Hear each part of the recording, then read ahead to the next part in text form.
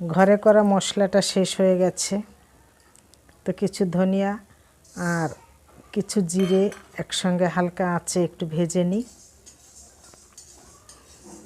তারপর কিছু শুকনো লঙ্কাও গুঁড়ো করে রাখবো, ভেজে হালকা একটু ভেজে তারপর গুঁড়ো করে রাখবো। তো ধনিয়াটা কিছুটা ভেজে নিয়েছি, এবারে জিরেটা দেব। একসঙ্গে একটু ভালো করে নেড়ে চেড়ে যখন খুব সুন্দর একটা সেন্ট বের হবে তখন এটা নামিয়ে নেব, তাহলে এর ঘ্রাণটা খুব ভালো থাকবে। এর মধ্যে কিছু শুকনো লঙ্কা দিচ্ছি, কিন্তু লঙ্কাগুলো পরে তুলে নেব।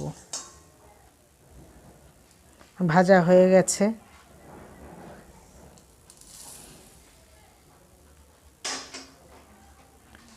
এবারে কিছু শুকনো লঙ্কা ভেজে নেব। এটাও খুব বেশি ভাজলে হবে না, হালকা ভাজবো। দোকানের কেনা গুঁড়ো মশলাটা আমি খাই না, আমি নিজে হাতে মশলা করে রাখি ঘরে। তাতে কি হয়, একটু দ্রুত রান্না করার সময় ঝটপট এই মশলাটা দিয়েই রান্নাটা সেরে নেওয়া যায়। তো মিক্সিতে একটু ঘুরিয়ে নিই। দেখুন আমার মশলাটা রেডি। এটা ধনিয়া আর জিরা।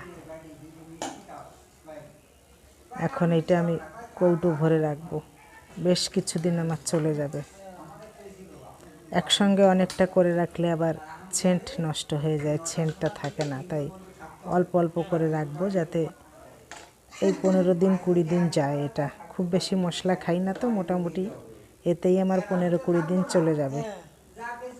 এবারে আমি লঙ্কাগুলো মিক্সিতে একটু গুঁড়ো করে নিলাম। লঙ্কাগুলো আলাদা কৌটোয় রেখে দেব। লঙ্কার গুঁড়োটা কাঁচা লঙ্কাই বেশি খাই, কিছু কিছু ক্ষেত্রে শুকনো লঙ্কাটা খুব ভালো লাগে খেতে। এটা কৌটোয় ভরে রাখি, এটাও 15-20 দিন চলে যাবে। দেখা গেল কাঁচা লঙ্কাও দুটো দিলাম, শুকনো লঙ্কা একটুখানি দিলাম।